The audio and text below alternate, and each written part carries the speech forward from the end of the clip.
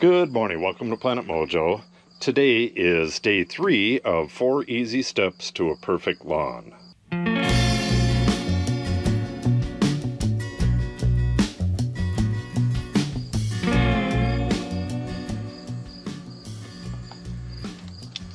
Today we're going to be applying the herbicide, which is Mesotrione, and that is a generic version of Tenacity.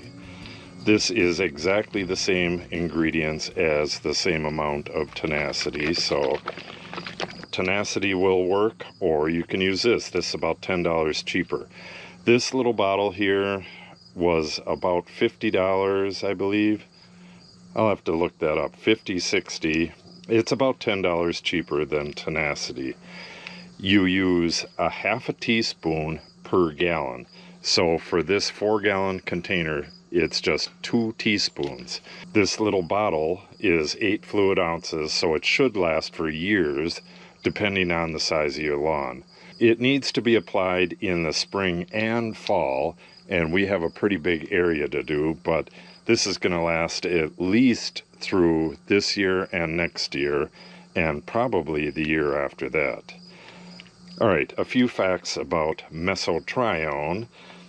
Back in the day, I don't know when this was, but somebody noticed that the bottle brush plant inhibited the growth of other plants around it. So they synthesized the ingredient. They found out what ingredient in this plant did that, and they synthesized it, and they came up with Mesotrione.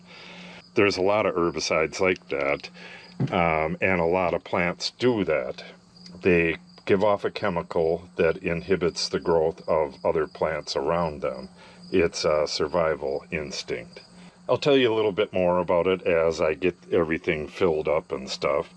First thing I really need to do is to get a different tip on this sprayer. I have just the stock round tip that comes with this, and I need to put this fan tip on. I hate to bust open this blister pack because it hangs on the wall real nice, so I'm going to try to just cut out the parts that I need and replace that. And then I'm going to fill this about halfway full with warm water. This stuff needs to be shaken fairly often, so I'm going to fill it half full of warm water. If you fill it with cold water, especially really cold well water, that can probably cause problems, and you'll have to really shake it a lot. So I'll be mixing with warm water. The recipe for this is, again, a half teaspoon per gallon, so that's 2 teaspoons for this 4-gallon sprayer, 1 tablespoon per gallon of surfactant, a non-ionic surfactant, and then I'll just do this by eye, but this is an indicator. You don't want to overspray this stuff. You might kill your good grass. Remember, this stuff kills grassy weeds and broadleaf weeds, and if you mix it too strong, it will probably kill your grass as well. So make sure you measure carefully. All right, I'm going to get this tip on, and then we'll start adding some warm water to the tank. Oh, wait. I printed out a list of some of the stuff it kills. I don't think this is everything it kills, but it certainly covers the majority of the stuff we want killed here.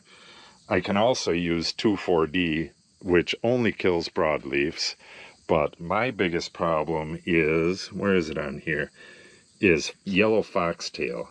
The lawns just have a ton of yellow foxtail and crabgrass in them. I mean, it's not super amounts of it, but there's a lot in there. You could see right there, this whole back part is yellow foxtail, I believe. Well, we'll find out. If it dies, it dies. And then when I reseed the area, it'll all be bluegrass. At least after a while it will be. It's going to look worse before it looks better. All right, let's get that tip on. So a little bit more about this Mesotrione. It was actually discovered by a scientist from Syngenta or something like that. Syngenta. It's a chemical company, and they were looking for something that did what this does.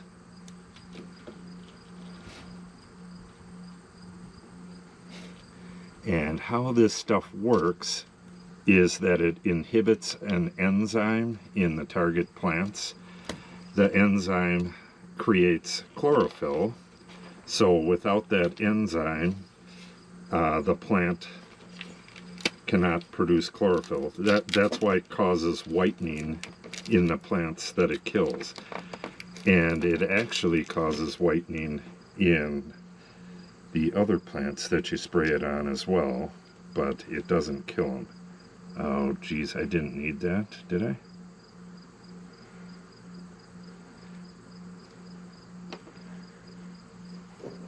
I think that goes right on here.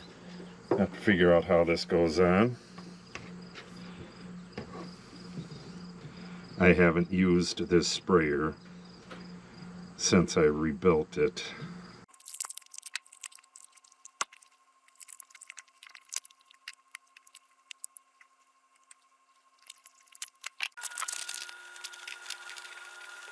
Kind of hard doing stuff with my broken fingernail, but that should do it. I have the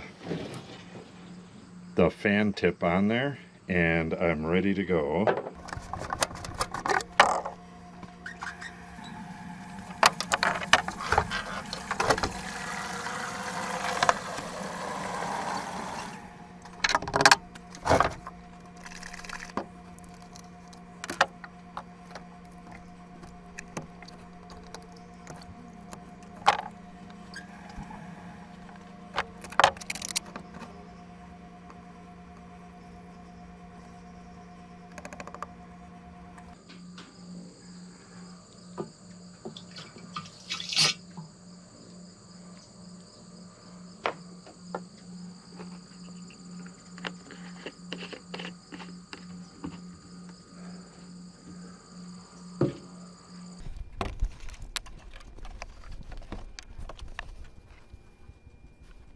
One, two, three, and four. Now for some color. I'm not going to measure this, but I will note that when you pour this stuff, do it from the side like this.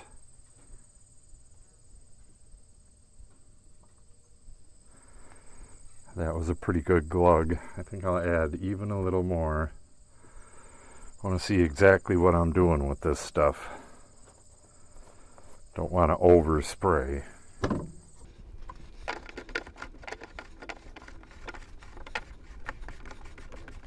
Alright, now shake it up and then add some more water.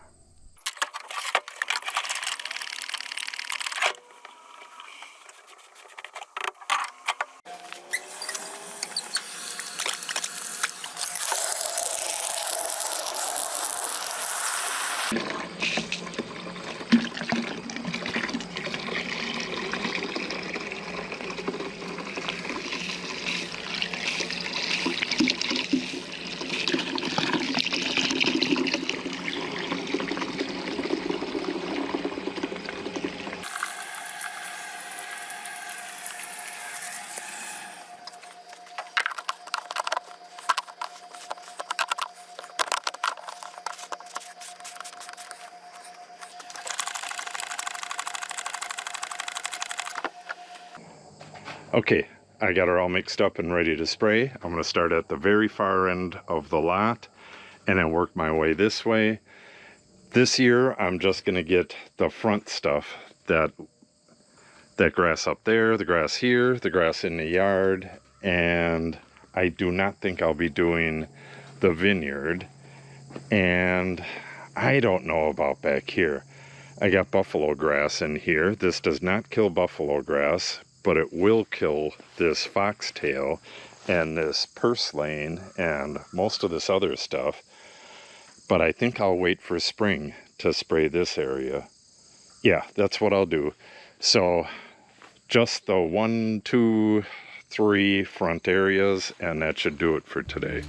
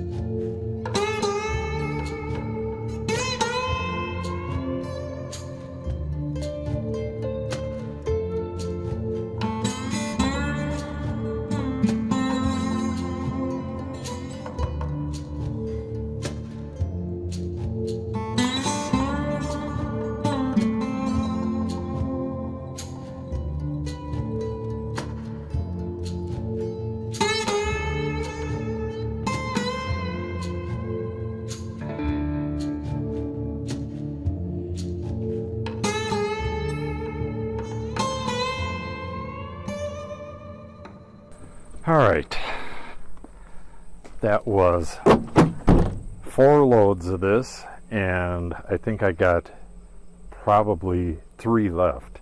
It takes just a touch over a half hour to do each one.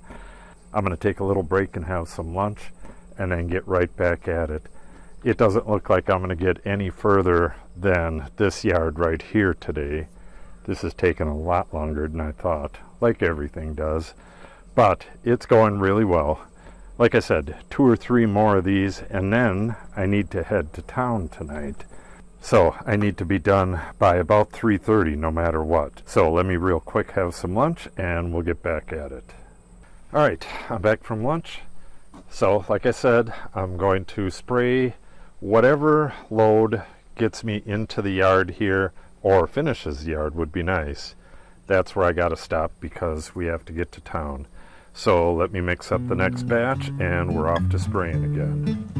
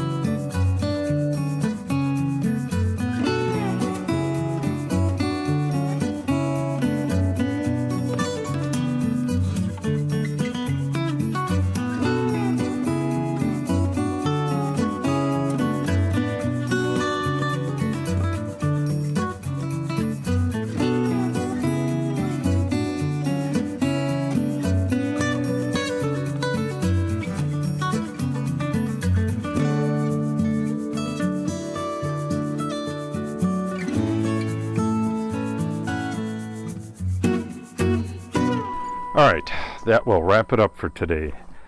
It took 8 of these tanks, which is 32 gallons, to do the upper part.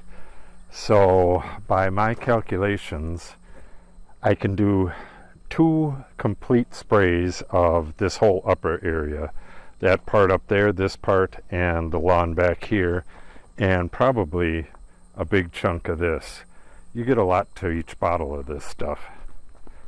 So now it will take, I believe, 2 to 3 weeks for this stuff to die back, but I can overseed this at any time.